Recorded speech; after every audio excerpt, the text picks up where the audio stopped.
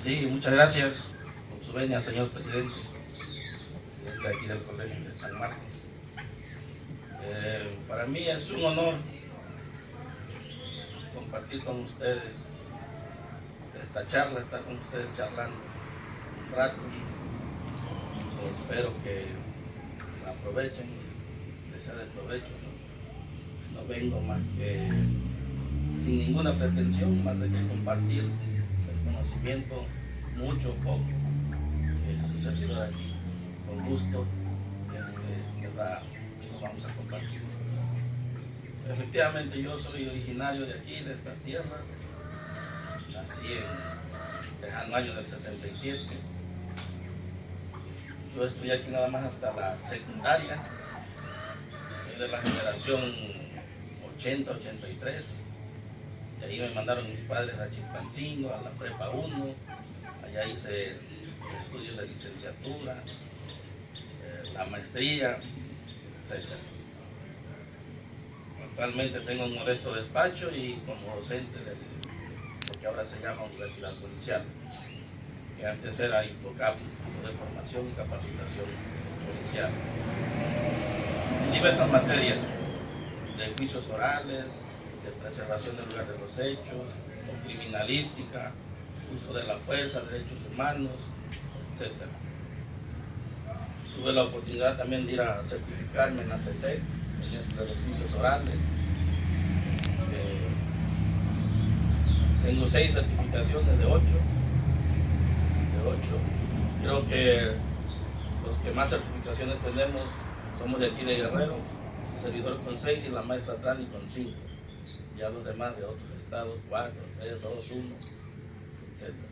Pero bueno, ya caducaron nuestras certificaciones, caducaron en el 2006, ya desapareció la CETEC, ya ahora no cuenta tanto. Me han invitado a la universidad de Guerrero en aquellos tiempos, cuando todavía empezaba esto de los juicios orales, allí en la Facultad de Derecho, en instituciones privadas, en el Instituto Montserrat de Chilpancingo también. Por casualidad supe, por la invitación expresa de mi mismo licenciado Pedro, que se iba aquí a fundar el colegio a nivel regional de licenciados y posgraduados en Derecho. En abril pasado, aquí estuve, ahí estaba la foto. Y bueno, ya platicando con el primo Carlos, acordamos que, ¿por qué no dar una plática, hombre, para los paisanos? Una o dos o varias, yo espero que no sea la única.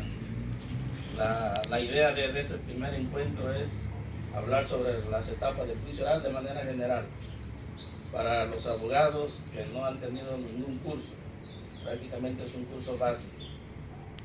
Conforme lo permite el tiempo, vamos a ir abordando por etapas: la preservación del hecho, el procesamiento de los indicios, la etapa de investigación complementaria, la etapa intermedia, hasta la ejecución de penas, medidas cautelares.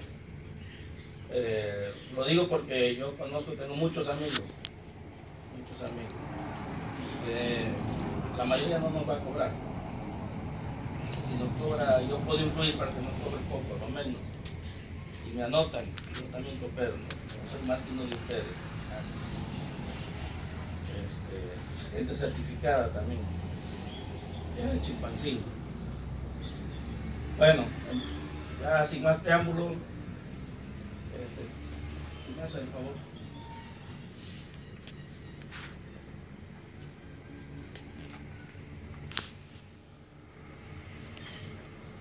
Para ver los artículos de la reforma. Bueno, como todos sabemos ya la mayoría, el decreto del 18 de junio de 2008 fue cuando se reformaron 10 artículos de la Constitución, 14 que vienen enseguida. Dale un poquito.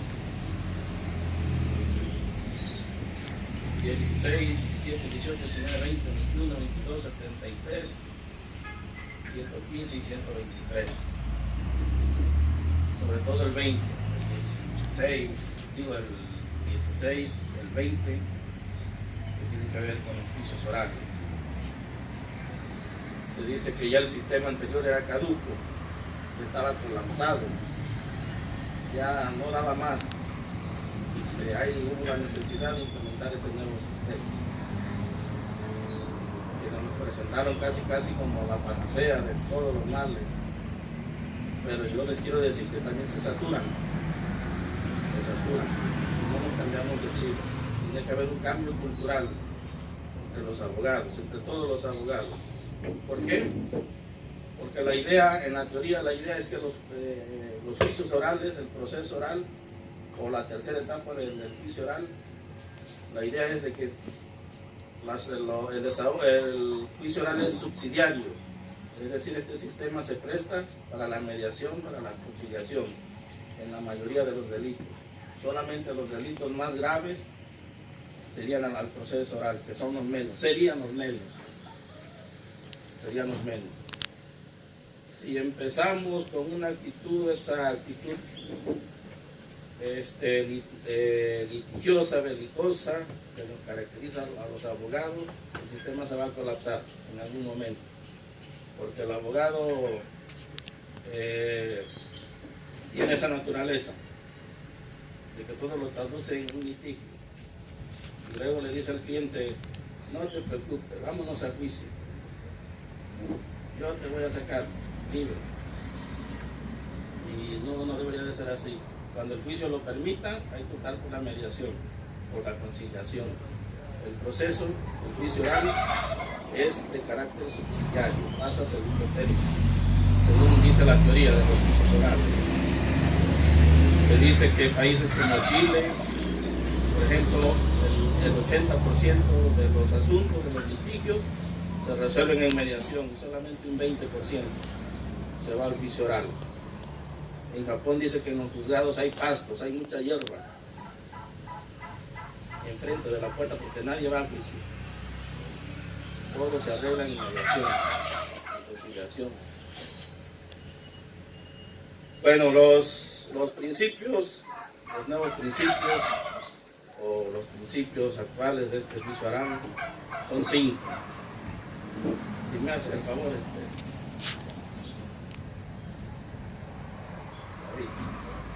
principio rector es el primer principio que va a regir en el juicio oral. Principio de publicidad. Eso quiere decir, ni más ni menos, que los juicios orales se democratizaron. Es decir, se socializaron. Cualquiera puede asistir, todo el público, tenga o no tenga interés, con ciertas limitaciones. No pueden ir armados, no pueden llevar cámaras, no pueden interrumpir, no pueden hacer uso de la palabra, etc. Pero son públicos.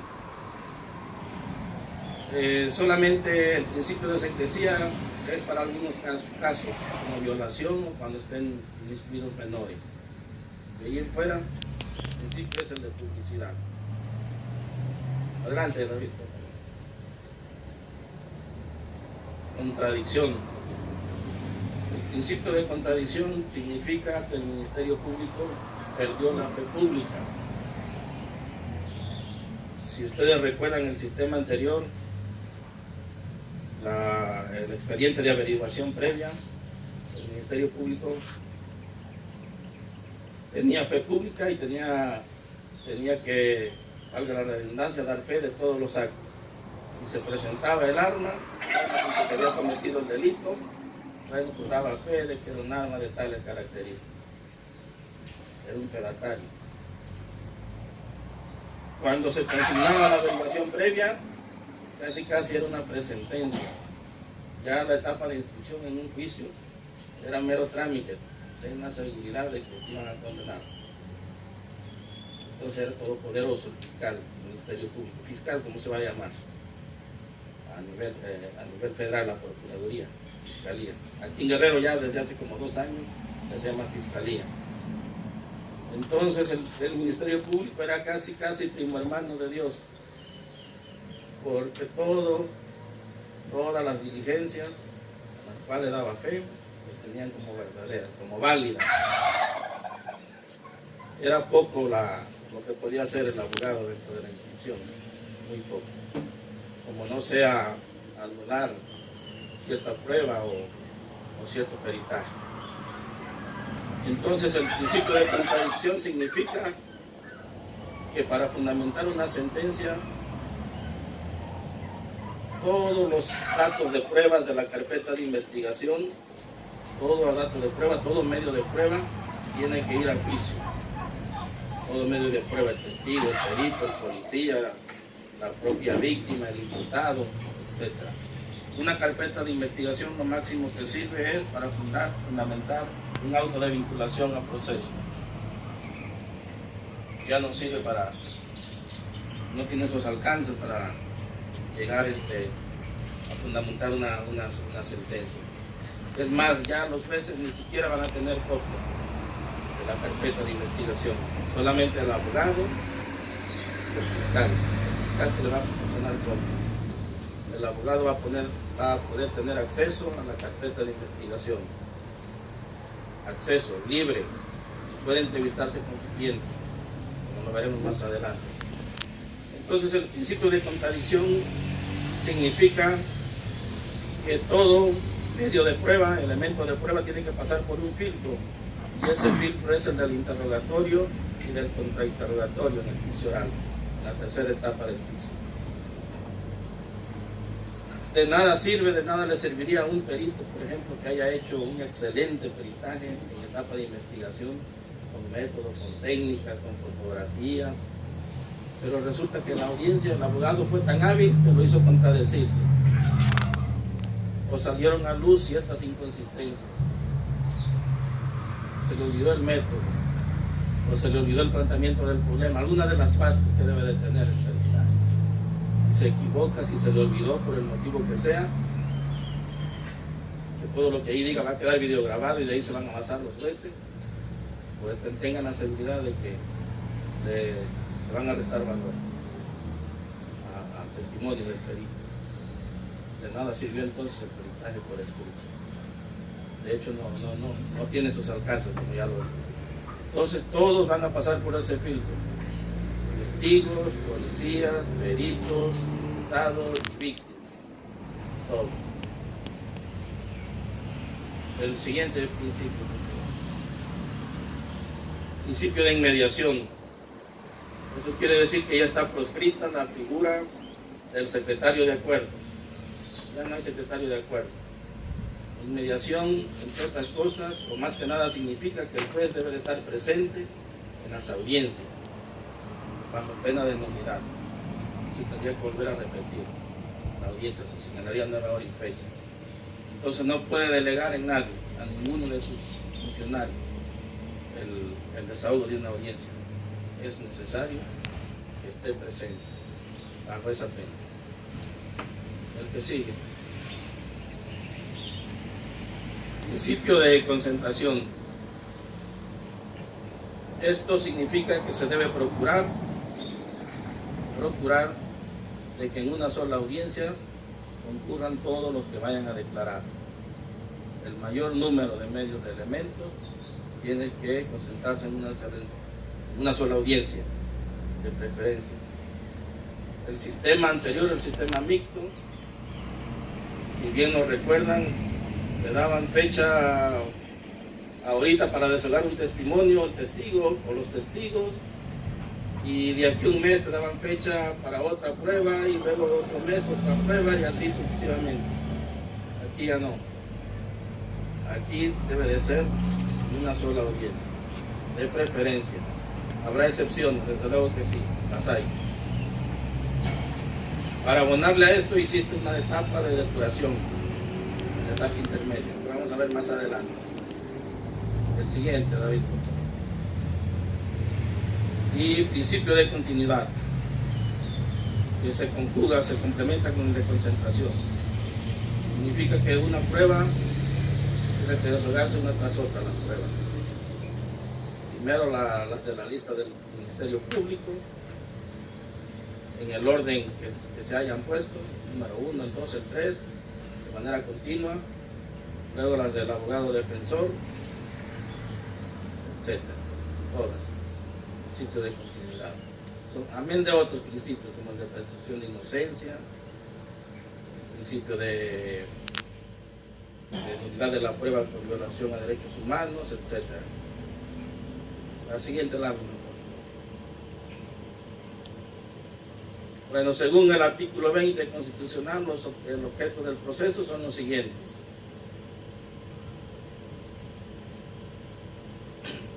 El esclarecimiento de los hechos. Esto quiere decir, señores, que vamos a dejar de lado un poquito la formalidad. De hecho, en la teoría, a la etapa de investigación inicial, también se le llama etapa de investigación desformalizada. ¿Por qué? Porque podemos allegar a la carpeta de investigación la información en cualquier medio. Por ejemplo, el testimonio de una persona. Si el abogado quiere ofrecer el testimonio de una persona, quiere llegar a la carpeta de investigación, lo puede hacer hasta en una simple servilleta. A ver, anótame lo que viste, lo que te consta del hecho y firma. Siempre y cuando también esté dispuesto a ir a declarar al juicio oral, porque si no, no sirve. Por eso se le llamó investigación desformalizada, la etapa de investigación inicial. Y ya con eso era suficiente. Ya el fiscal se le hacía llegar a la carpeta de investigación. O un papel, una hoja de cuaderno, papel de estraza, lo que sea. Entonces desaparece la formalidad. La formalidad se da más adelante, ya en el juicio oral. El que sigue, por favor. Proteger al inocente. Bueno, tal parece que en el sistema mixto el principio que regía era el inverso. Era el imputado, el procesado, el que tenía que probar su inocencia, en vez de que el Ministerio Público, sucede actualmente, tenga que probar la culpabilidad. Ahora no, ahora ya es más claro. Vamos a proteger al inocente. ¿Cómo? ¿De qué manera? Haciendo efectivo el principio de presunción de inocencia. El procesado, en los delitos que lo permita, esté fuera, bajo medidas cautelares, a menos que sea de los delitos previstos en la Constitución, en el artículo 19, y otros que vienen en el Código Nacional. Pero de ahí en fuera, toda la persona va a estar cautelada, bajo medida cautelar. O sea, haciendo válido ese principio de presunción de inocencia, que ya mutó. Ahora se habla de un estado de inocencia. El hombre nace inocente, es inocente desde que nace. Ya no es necesario ser objeto de una investigación para que se te presuma inocente. Ya ha evolucionado mucho.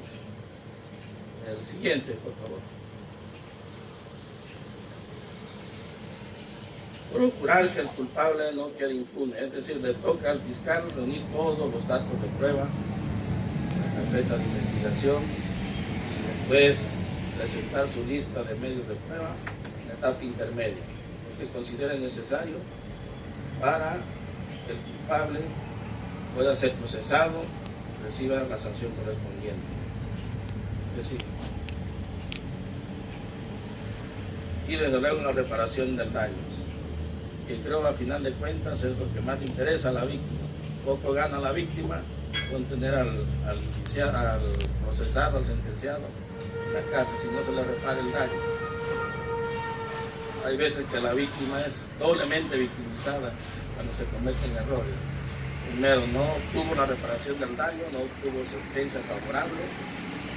¿Por qué? Porque el aparato de justicia cometió errores, desde la policía, del fiscal, del juez. Entonces, aparte de que la victimiza el delincuente, ya la victimizó el Estado, a través de sus operadores, doble víctima. Qué bueno que hasta la ley de amparo ya se haya reformado y ahora sí la víctima ya puede interponer los recursos correspondientes. Cuando se llega una orden de aprehensión, cuando se trata de una sentencia, etc. La siguiente lámina. Bueno, con el ánimo de ser muy ilustrativo, dibujé ahí un esquema de las etapas del juicio oral. Cada color es una etapa. Tomémonos en cuenta por columnas. La primera columna es la etapa de investigación inicial. La segunda columna de rojo que llega hasta la mitad, la investigación complementaria. La parte azul es la etapa intermedia y la etapa verde, la etapa del juicio oral. La intención es de ser muy esquemáticos y de la manera más sencilla explicar lo que sucede en cada una de las tres etapas. A ver el siguiente. Bueno, la primera etapa es la que se lleva a cabo en el lugar de intervención.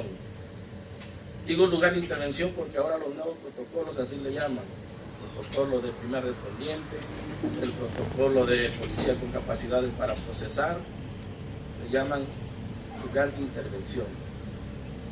Ya desapareció la escena del crimen, la escena del hecho, etc. ¿Y quiénes son los que actúan ahí? Actúa el fiscal, las policías, son varias las policías, mínimo son 3 las que van a ir a la escena del crimen. Está la policía primer respondiente, el policía con capacidades y la policía de investigación, que es la que va a coordinar los trabajos, que va a seguir siendo la ministerial. Entonces las 3 policías se van a coordinar y van a estar bajo el mando y conducción del Ministerio Público. Si no hay policía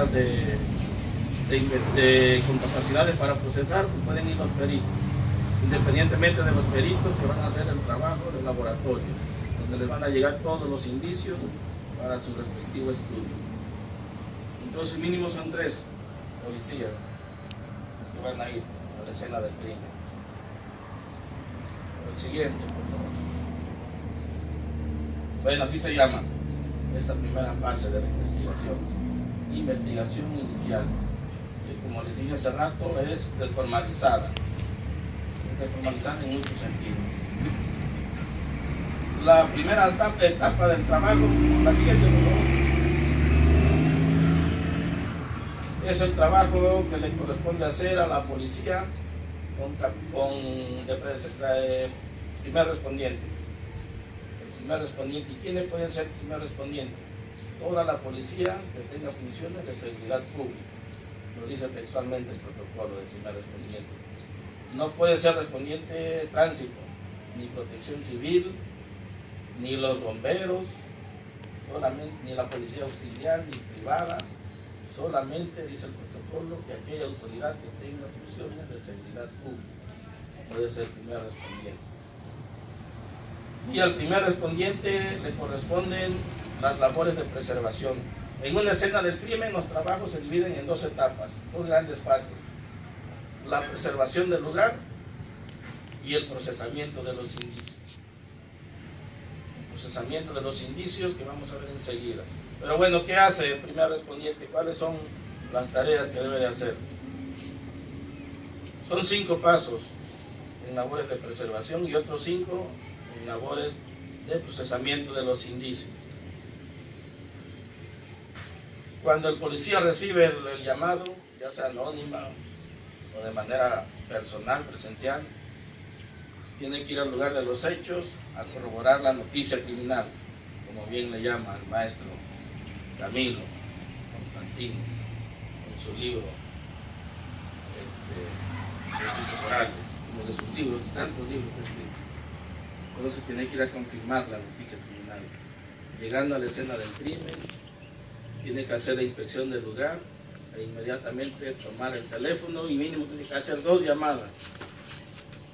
Una al Ministerio Público y otra a su superior jerárquico. Al Ministerio Público para informarle de los hechos, para que pueda iniciar la carpeta de investigación, le proporcione todos los datos, si hay detenidos, cuántas víctimas, etcétera, etcétera. La segunda llamada a su jefe, a su superior jerárquico, para informarle igual sobre los hechos y le proporcione todo tipo de apoyo. Más refuerzo, si hay un incendio, para que le pidan los de protección civil, los bomberos, si hay heridos que mande una ambulancia, todo lo que se requiere el apoyo. Es importante, pero muy importante, la llamada que se realiza al fiscal. Hay excepciones, cuando no haya señal, ¿verdad? ¿Por qué es importante? Porque acuérdense que el artículo 21 dice que la policía actuará bajo la conducción y mando. Cuando le llama al fiscal, aunque no se lo diga de manera expresa, el policía, la policía primer respondiente ya se está poniendo bajo la conducción y mando del fiscal. Y aquel, aunque no se lo diga tampoco de manera expresa al policía, ya sabe que con esa simple llamada ya está bajo la conducción, ya puede conducir, ya puede mandar cualquier cosa. Es importantísimo ahora con los dichos horarios. ¿Qué pasa si el policía no le llama? Llega a la escena del crimen, reserva la escena, prioriza los indicios. Esa palabra les va a dar mucho dolor de cabeza a los policías. Priorizar, según el protocolo, priorizar significa que van a hacer toda la chamba, los 10 pasos. Priorizar significa procesar los indicios. Es decir, cuando los indicios estén en riesgo de pérdida o de destrucción, ellos van a hacer la segunda fase que consiste en el procesamiento de los indicios. Lo van a hacer todo. Y ahí es donde les da dolor de cabeza a mis alumnos, a la policía del Estado. No quieren estudiar el protocolo porque es mucha responsabilidad, y claro que sí lo es. Y sobre todo porque el Estado no creo que los apoye con mucho, no creo que les dé el kit de investigación que venden ya, que trae lo básico al menos, el traje de bioseguridad, todo eso. Bueno, se la van a ingeniar. Si no hay para el cubrebocas, ponte que sea un pañuelo de esos que cargas del paliacate. Si no hay para los guantes, una bolsa de nylon limpia, obviamente. Y para no contaminar la escena del crimen, si no tienes el cubrebotas, pues con un cartón, hazte una suela y con cinta canela amárratelo. Los recipientes para embalar igual, de un cartón grande para hacer cartones pequeños, pega los colluras, todo lo que sea, y embala para no te toque priorizar, para que no pueda ir la policía de investigación. Bueno, entonces, ¿qué pasa si la policía hace todo el trabajo?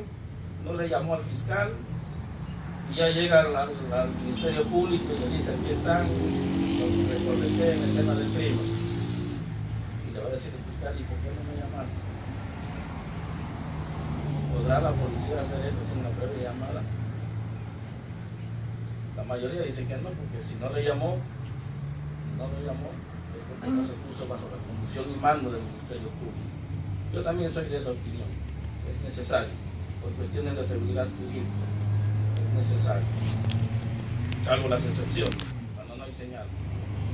Entonces, ustedes como abogados, los que son abogados, luego chequen el IPH en la primera hoja.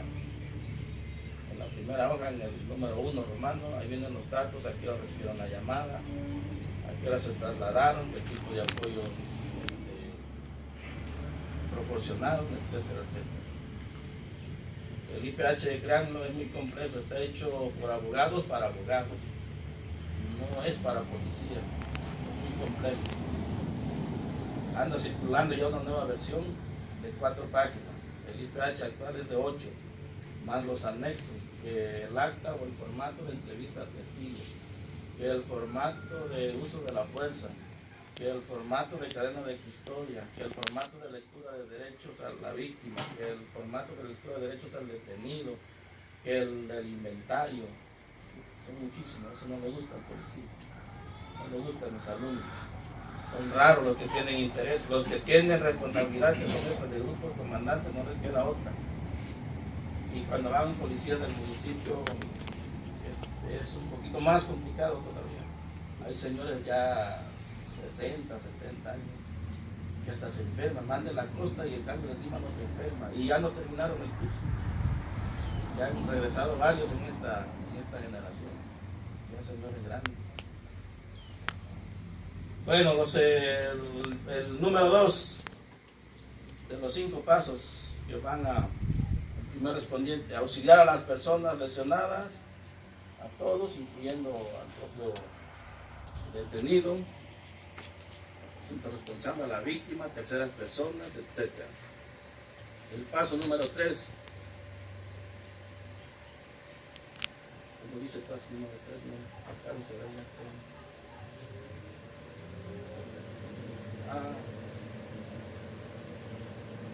Para auxiliar, acordonar y documentar el lugar. Estamos en el primer recuadro, todavía. Primer recuadro. Donde dice número 1, preservación, ahí estamos. Acordonar y documentar el lugar. Acordonar aquí, lo principal, dice el Nautilus, dice la teoría, que hay que acordonar a partir del último indicio. Son 50 metros a partir del último indicio. Un primer acordonamiento. Con la cinta de color rojo, además.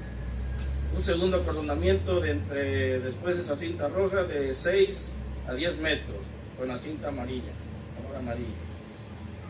Eso se llama zona, la primera zona, la zona acordonada donde están los indicios, se llama zona crítica. La segunda área acordonada es la zona de seguridad donde el policía va a hacer su trabajo, es decir, de ahí va a documentar, de ahí va a entrevistar a los testigos. Ahí se van a poner los que van a dar seguridad, que nadie ingrese al lugar de los hechos. Y después de ese segundo acordonamiento es zona libre, ahí puede andar quien sea, la prensa, curiosos, etc. La otra parte es documentar. Ya le cambiaron el nombre, antes era fijar la zona del crimen. Ahora se llama documentar. De las tantas, como 10 formas de documentar, el IPH te pide 3. La forma escrita, la fotográfica y el croquis, o el plano simple, sin medida. El paso número 5, localizar y entrevistar testigos. El primer respondiente tiene que buscar entre los vecinos, entre los curiosos, los docentes, que se hayan encontrado en ese momento en el lugar de los hechos, tienen que localizar a los testigos. Y sobre todo preguntarles si están dispuestos a ir a declarar, porque de nada sirve hayan visto y después van a ir a la audiencia, aunque por ahí el código dice que es obligación que vayan a declarar. Yo siempre les aconsejo que busquen de preferencia entre los familiares, los amigos, que son los que están más dispuestos a declarar.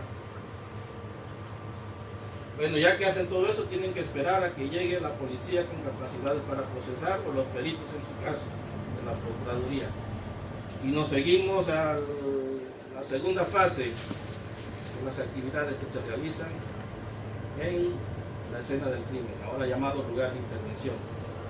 Paso número 2, procesamiento del lugar de intervención. Ahí se aplica el protocolo de la policía con capacidades para procesar el lugar de intervención, que también trae formatos. Y son otros 5 pasos que hay que desarrollar. Primero, localizar y marcar indicios. Para localizar indicios hay que utilizar las técnicas de observación. ¿Como cuáles? Tenemos la espiral, cuadrantes, franjas, punto a punto, el abanico, la estrella para zonas como montañas, estrella.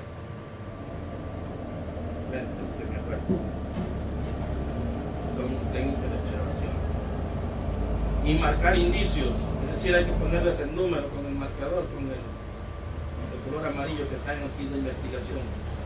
Hay 2 formas de marcar indicios. Uno, la primera forma es conforme vayan apareciendo, según la técnica de observación. Y la otra forma es por importancia del indicio.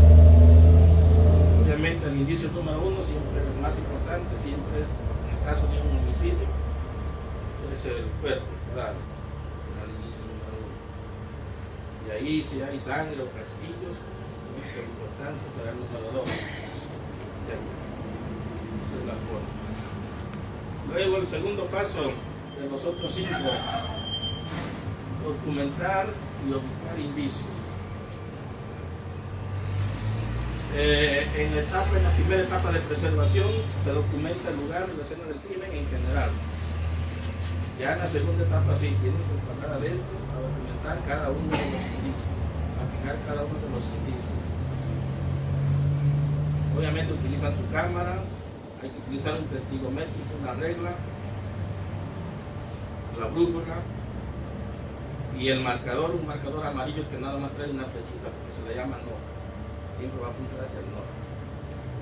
Entonces hay que tomarle mínimo 4 fotografías a cada indicio. La primera fotografía al indicio con su marcador, el indicio solo, con su marcador y su norte. Es gran acercamiento. La segunda fotografía es a lo largo, la tercera fotografía a lo ancho, la tercera y la cuarta fotografía a lo largo, a lo alto. 3, mínimo. 4 fotografías mínimo, cada indicio. Y hay que ubicarlos, aparte de documentarlos, hay que ubicarlos, es decir, tomando en cuenta los puntos cardinales, hacia dónde quedó cada indicio, al norte, al sur, oriente, poniente, suroriente, nororiente. Así se auxilia uno de la brújula también. El IPH ahora es más sencillo, solamente que dice el punto cardinal donde quedamos. Ya no se exige ubicarlo por coordenadas o por ángulo. Ya viene más sencillo. El tercer punto, levantar y embalar indicios. Levantar con técnica. Solamente hay 2 técnicas para levantar el indicio, la manual y la instrumental. Un arma, por ejemplo, la técnica que se utiliza es la manual. Una botella como esta, también de manera manual. Pero los otros indicios como los casquillos, tienen que utilizar una pinza. La sangre, si es líquida, hay que succionarla con jeringa, con los dedos, ponerla en el tubo de ensayo, hay que ponerle la solución salina, hay que buscar la hielera, los hielos, sin chelas, buscar el termómetro para ver si la temperatura está entre 2 o 4 grados, que es lo que exige, para que no se haga morón. Y el policía se admira con los heridos y no van a dar todo eso, no van a dar nada. El gobierno a duras penas nos va a dar el arma con municiones contadas. Entonces, para que no se metan en el problema, dejen acercar con una espátula, levanten un pedazo de costra y en una gasa la ponen, luego la embalan y ya para evitarnos la hielera, todo eso.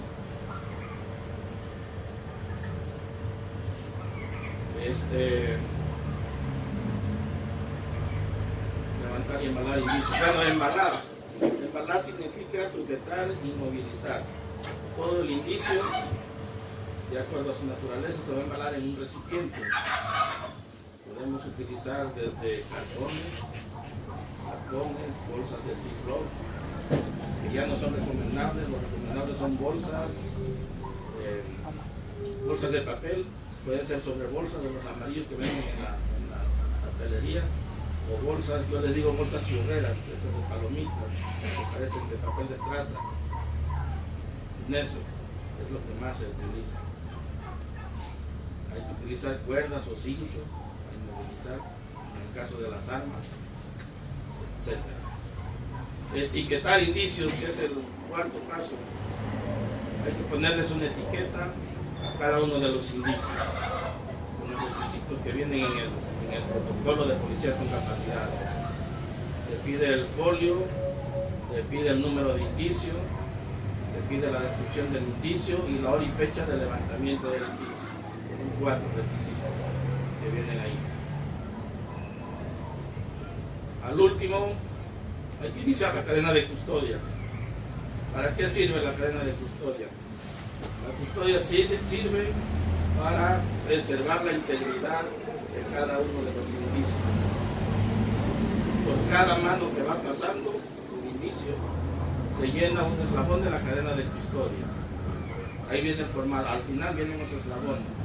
Al principio vienen la fecha, el lugar, la descripción del indicio, la ubicación del indicio, y ya al final hay formatos que traen hasta 10 eslabones. El primer eslabón le toca al policía que levantó, que embaló. Entrega. Hay dos columnas, una para entregar y otra para recibir. Se lo tiene que entregar al fiscal o al bodeguero. Firma. Al rato que venga el perito que quiere estudiar ese indicio, el fiscal se lo va a entregar, va a firmar el segundo eslabón y recibe aquel. Y aquel cuando termine igual, se lo regresa y se le llena el segundo eslabón. Entrega y recibe, el que se equivoca pierde. Suponiendo que entregaste un arma 9 milímetros y el perito listo te regresó una 22, hay responsabilidad ahí administrativa y penal. Obviamente vas a perder la chamba.